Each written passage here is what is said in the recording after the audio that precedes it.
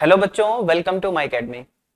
बच्चों, नीट का एग्जाम काफी नजदीक आ चुका है और ऐसे में सबसे ज्यादा इंपॉर्टेंट बात यह हो जाती है कि आप अपनी तैयारी को, आप अपनी पढ़ाई को फाइनल टच किस तरह से दे रहे हैं। बच्चों, इसमें अगर हम देखें तो दो मेन पार्ट होते हैं। पहला, जो कुछ भी आपने पढ़ा है उसको रिवाइज करना, और दूसरा है टेस्ट प्रैक्टिस करना। इसके लिए आप बहुत सारे टेस्ट पेपर्स ले सकते हैं, ठीक है। किसी टेस्ट सीरीज के टेस्ट पेपर्स ले सकते हैं या पिछले साल के टेस्ट पेपर्स ले सकते हैं। तो उन टेस्ट पेपर्स के थ्रू भी आप एक तरीके से रिवीजन ही करते हो। तो एक तो होता है पढ़ करके रिवाइज करना, ठीक है, जो भी आपने थ्योरी, जो भी आपने नोट्स, जो कुछ भी है उससे रिवाइज करना। दूसरा होता है टेस्ट के थ्रू रिवीजन करना। और इनमें भी बच्चों अगर हम देखें तो सबसे इंपॉर्टेंट पार्ट यहां पर यह आता है कि किन चैप्टर्स को हम पहले रिवाइज करें, चाहे वो थ्योरी के थ्रू हो, कॉन्सेप्ट के थ्रू हो, टेस्ट प्रैक्टिस के थ्रू हो, और किन चैप्टर्स को हम बाद में रिवाइज करें। कौन से ऐसे चैप्टर्स हैं जो रिवीजन में बहुत कम टाइम लेंगे और कौन से ऐसे चैप्टर्स हैं जो रिवीजन में ज्यादा टाइम ले रहे हैं। किन चैप्टर्स में कम एफर्ट डाल के हम स्कोर ला सकते हैं और कौन से ऐसे चैप्टर्स हैं जो बहुत ज्यादा एफर्ट देने के बाद भी हो सकता है कि उसका क्वेश्चन हमसे सही ना हो पाए। अगर बच्चों इस चीज को हम ध्यान में रख के पहले उन चैप्टर्स को उठाएं जिनमें एफर्ट कम लगा के स्कोर आ सकता है, तो आपका स्कोर काफी अच्छा हो सकता है, ठीक है। तो मैं उन्हीं चैप्टर्स को वन बाय वन आपको बताऊंगा कि कौन कौन से चैप्टर्स हैं जिन्हें आपको पहले करना चाहिए, जो आप कम एफर्ट डाल के भी उनमें अच्छा कर सकते हो। साथ ही साथ उन चैप्टर्स में, जो भी चैप्टर्स मैं आपको बताऊंगा, उनमें भी कुछ बातें ऐसी होंगी कि भाई इस चैप्टर में पूरा ना करके ये टॉपिक देख लेना। तो इस तरह की चीजें भी मैं आपको बताऊंगा, तो आप उसको नोट डाउन कर लीजिएगा, ठीक है। तो चलिए स्टार्ट करते हैं। बच्चों, सबसे पहले अगर हम देखें तो यहां पर जो मैंने सेलेक्ट किया है वो है मॉडर्न फिजिक्स, ठीक है, और उसी के साथ साथ है बच्चों सेमीकंडक्टर इलेक्ट्रॉनिक्स। आप सबसे पहले जितना जल्दी हो सके बच्चों इन चैप्टर्स को अच्छे से रिवाइज कर लें, ठीक है। पहली बात, इनमें कोई भी चीज आपको छोड़ करके नहीं जानी है। चाहे बच्चों हम डुअल नेचर की बात करें, ठीक है, एटम्स की बात करें, न्यूक्लियाई की बात करें, इलेक्ट्रॉनिक्स की बात करें, कोई भी पार्ट आपको स्किप नहीं करना है। हर एक चीज आपको पढ़नी है, चाहे वो थ्योरी के लेवल पर हो। एक चीज और बच्चों, सेमीकंडक्टर इलेक्ट्रॉनिक्स के अंदर आप एक बार एनसीईआरटी की थ्योरी भी देख लीजिएगा, ठीक है। तो चाहे वो क्वेश्चन प्रैक्टिस हो, चाहे वो थ्योरी वाला पार्ट हो, कॉन्सेप्ट वाला पार्ट हो, बहुत अच्छे से आप इसको कर लीजिए। बहुत कम टाइम में आप इसको रिवाइज कर सकते हो, ठीक है, और बहुत ज्यादा डिफिकल्ट भी नहीं है। तो कम एफर्ट लगा के आप इन चैप्टर्स को तैयार कर सकते हो, ठीक है। बच्चों, आगे अगर हम बढ़े तो जो दूसरा अपना फोकस होना चाहिए वो थर्मल फिजिक्स पर होना चाहिए। थर्मल फिजिक्स का वेटेज बच्चों काफी अच्छा है, क्योंकि आपको पता है इसके अंदर जैसे हम बात करें, थर्मल एक्सपेंशन हो गया, कैलोरीमेट्री हो गई, हीट कंडक्शन हो गया, हीट रेडिएशन हो गया। उसके बाद बच्चों हम बात करें काइनेटिक थ्योरी ऑफ गैस है, थर्मोडायनेमिक्स है। ये बच्चों जितनी भी चीजें इसके अंदर हैं, ठीक है, ये सबके सब आपके लिए काफी इंपॉर्टेंट है। पहली बात, इनमें कोई बहुत ज्यादा दिमाग लगाने वाले क्वेश्चंस नहीं आते हैं। बहुत बेसिक लेवल के अगर आपको बच्चों फॉर्मूला पता है, थोड़े बहुत आपने क्वेश्चंस की प्रैक्टिस की है, तो बहुत कम एफर्ट लगा के ये चैप्टर्स आप तैयार कर सकते हो। तो मॉडर्न फिजिक्स के बाद अगर कोई चीज आपको देखनी चाहिए तो वो है बच्चों थर्मल फिजिक्स, ठीक है। तो एक बार ये पूरा अच्छे से देख लीजिएगा। इसमें भी मैं कुछ भी ऐसा नहीं बोलूंगा कि ये पार्ट स्किप करो, ये मत करो, वो कंप्लीट आपको करके जाना है, ठीक है। नेक्स्ट बच्चों अगर हम देखें तो मैंने यहां पर 3 चैप्टर्स लिए हैं। पहला है बच्चों यूनिट एंड मेजरमेंट। आपको पता है हर साल एक क्वेश्चन इस पर रहता ही रहता है, ठीक है। इसी के अंदर बच्चों स्क्रू गेज और वर्नियर कैलिपर भी है, तो वो भी आपको अच्छे से तैयार करना है, ठीक है। नेक्स्ट है बच्चों ग्रेविटेशन, बहुत इंपॉर्टेंट है। इसमें भी अगर स्पेशली हम बात करें बच्चों, जैसे कि हाइट के साथ जी का वेरिएशन, डेप्थ के साथ जी का वेरिएशन, अर्थ के रोटेशन का जी पर क्या इफेक्ट पड़ता है। इसी के साथ बच्चों अगर हम देखें तो प्लेनेट का जो मोशन होता है या किसी सैटेलाइट का जो मोशन है, ठीक है, सर्कुलर मोशन, वो आपको देखना है, जिसमें टाइम पीरियड है, एनर्जी है, ये सारे पार्ट हैं। इसके बाद बच्चों केपलर्स लॉ आपको अच्छे से देख लेना है, क्वेश्चन उस पर डायरेक्ट पूछे जा सकते हैं। एस्केप वेलोसिटी वाला जो पार्ट है उस पे क्वेश्चन डायरेक्ट आ सकते हैं, तो वो वाला चीज आप अच्छे से देख लीजिए। इसमें भी कुछ भी ऐसा पार्ट नहीं है जिसको आपको स्किप करना पड़े। नेक्स्ट बच्चों अगर हम देखें तो मैकेनिकल प्रॉपर्टीज ऑफ सॉलिड्स बहुत इंपॉर्टेंट है। इसमें बच्चों आपको पता है जैसे इलास्टिसिटी में अगर हम बात करें तो Young's modulus, bulk modulus, modulus of rigidity, ये जो है है ना, 3-4 फॉर्मूले हैं बच्चों इसमें, पॉइजन्स रेशियो हो गया। एक बार अगर आप पूरा चैप्टर अच्छे से देख लोगे, इसके क्वेश्चंस प्रैक्टिस कर लोगे, तो बच्चों पॉसिबल ही नहीं है कि एग्जाम में इसका क्वेश्चन आपसे गलत हो जाए। और बहुत छोटा सा चैप्टर है, आप 1 से 2 घंटे के अंदर ये पूरा अच्छे से कर सकते हो, ठीक है। तो इसमें भी बच्चों कुछ भी आपको स्किप नहीं करना है। आगे बढ़ते हैं बच्चों। इसके बाद अगर हम बात करें ऑसिलेशन, अब ये बच्चों थोड़ा सा सब्जेक्टिव है, ये किसी बच्चे का अच्छा हो सकता है, किसी बच्चे का अच्छा नहीं भी हो सकता है, तो डिपेंड करता है। मेरी आपको सजेशन ये है, अगर आपने इस चैप्टर को पहले पढ़ रखा है, ठीक है, पहले एक बार आपने कर रखा है, इसके क्वेश्चंस आपने देख रखे हैं, तब तो आप इसको अच्छे से रिवाइज कर लो। बट अगर आपने पहले कभी भी इसको टच नहीं किया है, ठीक है, और आपके पास समय नहीं है, तो फिर इसके चक्कर में मत पड़िएगा। आगे हम बात करें करंट इलेक्ट्रिसिटी, बच्चों ये पूरा आपको अच्छे से करके जाना है। करंट इलेक्ट्रिसिटी में स्पेशली अगर हम बात करें बच्चों, जो इलेक्ट्रिकल इंस्ट्रूमेंट्स होते हैं, जैसे कि बच्चों गैल्वानोमीटर से एमीटर बनाना, गैल्वानोमीटर से वोल्ट मीटर बनाना, पोटेंशियोमीटर के क्वेश्चन हो गए, मीटर ब्रिज के क्वेश्चन हो गए, इनको आप अच्छे से देख लीजिएगा। व्हीट स्टोन ब्रिज हो गया, ठीक है। तो एक एक पॉइंट आपको करंट इलेक्ट्रिसिटी में देख के जाना है बच्चों। इसके साथ मैंने मोशन इन स्ट्रेट लाइन को भी इंक्लूड किया है। अच्छा, एक चीज और ध्यान दीजिएगा, जो मैं आपको चैप्टर्स एक साथ बता रहा हूं कि भाई ये 3 चैप्टर एक साथ हैं, ये 4 चैप्टर एक साथ हैं, ये मैं दोनों तरीके से आपको बता रहा हूं।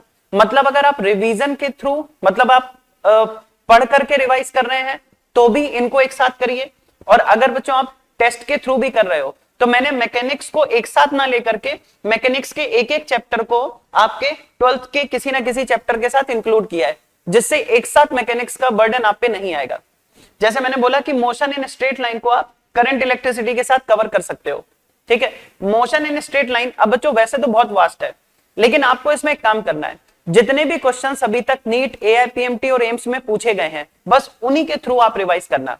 मैकेनिक्स में मतलब स्पेशली मैं आपको ये बोल रहा हूं कि जो भी चैप्टर्स अभी, मतलब जो भी क्वेश्चंस अभी तक पूछे गए हैं मैकेनिक्स के, जिन भी चैप्टर्स में जो भी क्वेश्चंस अभी तक आए हुए हैं प्रीवियस ईयर में, उन्हीं के थ्रू आप रिवीजन करो, ठीक है। आगे बढ़ते हैं बच्चों। आगे अगर आप देखो तो मैंने वेव और वेव ऑप्टिक्स को एक साथ रखा है। इसका कारण बच्चों ये है कि वेव ऑप्टिक्स में आपको पता है कि इंटरफेरेंस का कॉन्सेप्ट आता है, और बिना इंटरफेरेंस के कॉन्सेप्ट को सीखे आप वेव ऑप्टिक्स कंप्लीट नहीं कर पाओगे। तो आपको एक काम करना है, जब आप वेव्स पढ़ोगे तो वेव्स में भी इंटरफेरेंस का कॉन्सेप्ट आएगा और वेव ऑप्टिक्स में भी इंटरफेरेंस का कॉन्सेप्ट आएगा, तो इनको बच्चों एक साथ तैयार कर लीजिएगा। साथ ही साथ वेव्स के अंदर अगर हम बात करें, जैसे बच्चों एक स्टैंडिंग वेव का कॉन्सेप्ट होता है, ठीक है, डॉपलर इफेक्ट का कॉन्सेप्ट है, ठीक है, पावर, एनर्जी, इनके कॉन्सेप्ट हो गए, ठीक है, और सुपरपोजिशन का कॉन्सेप्ट हो गया। तो ये सारी चीजें आप एक बार देख लीजिएगा, ठीक। उसके बाद इसके साथ भी बच्चों एक हमने मैकेनिक्स का चैप्टर ऐड कर लिया, मोशन इन प्लेन। तो अगर आप टेस्ट के थ्रू प्रैक्टिस कर रहे हो तो भी ये 3 चैप्टर एक साथ प्रैक्टिस कर सकते हो। अगर रिवाइज कर रहे हो थ्योरी के थ्रू, कॉन्सेप्ट के थ्रू, तो भी आप कर सकते हो। बच्चों आगे बढ़ते हैं। यहां पर अगर आप देखो तो 3 चैप्टर लगातार बहुत इंपॉर्टेंट है ये, इलेक्ट्रोमैग्नेटिक इंडक्शन, उसके बाद ऑल्टरनेटिंग करंट और इलेक्ट्रोमैग्नेटिक वेव। ये बच्चों तीनों चैप्टर्स में से कोई भी पॉइंट आप स्किप नहीं करोगे, सब अच्छे से तैयार करके जाओगे। इन 3 चैप्टर्स की थ्योरी भी आप एक साथ पढ़ लीजिए, इन 3 चैप्टर्स के क्वेश्चन प्रैक्टिस जो टेस्ट के थ्रू कर रहे हैं वो भी बच्चों एक साथ करिए आप, ठीक है। चलिए आगे बढ़ते हैं बच्चों। इसमें अगर आप देखो तो हम लॉज ऑफ मोशन, ठीक है, जैसे आप मोशन इन स्ट्रेट लाइन कर चुके हो, प्लेन कर चुके हो, अब आगे लॉज ऑफ मोशन। तो बच्चों लॉज ऑफ मोशन को आप यहां पर इन 2 चैप्टर्स के साथ ऐड कर लीजिएगा, ठीक है। इसमें भी मैं आपको बताऊं बच्चों, मैंने ऑप्टिक्स को 2 पार्ट में ब्रेक कर दिया है।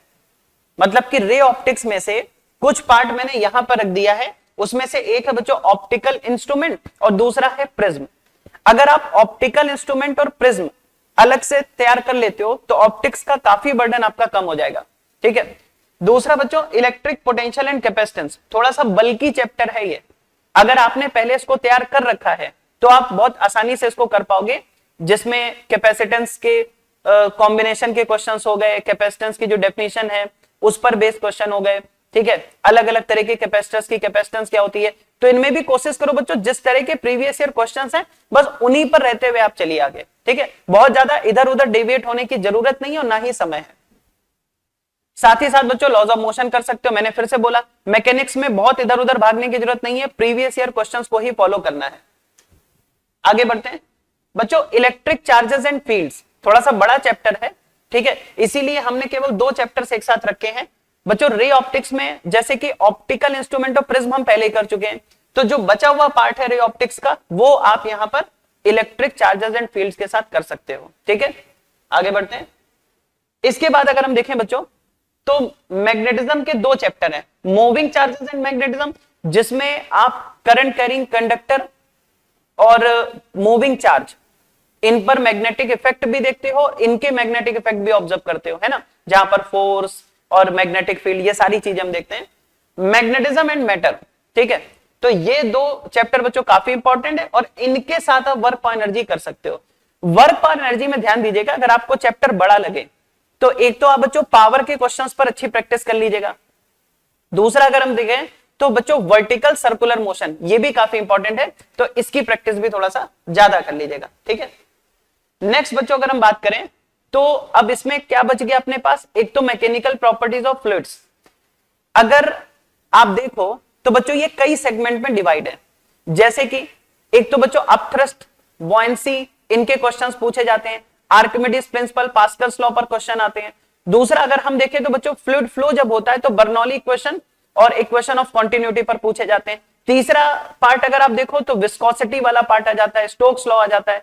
ठीक है, तो बच्चों ये 3-4 सेगमेंट में डिवाइड है, अगर आप ठीक से देखोगे तो उनको बहुत आसानी से रिवाइज कर सकते हो। ठीक है, और बच्चों लास्ट में है system of particles and rotational motion.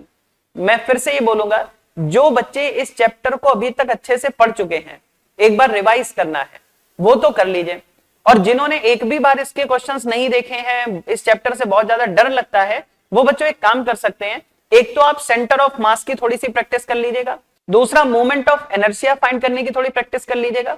इसके बाद बच्चों अगर हम बात करें तो कंजर्वेशन ऑफ एंगुलर मोमेंटम, इस पर थोड़ा काम कर लीजिएगा।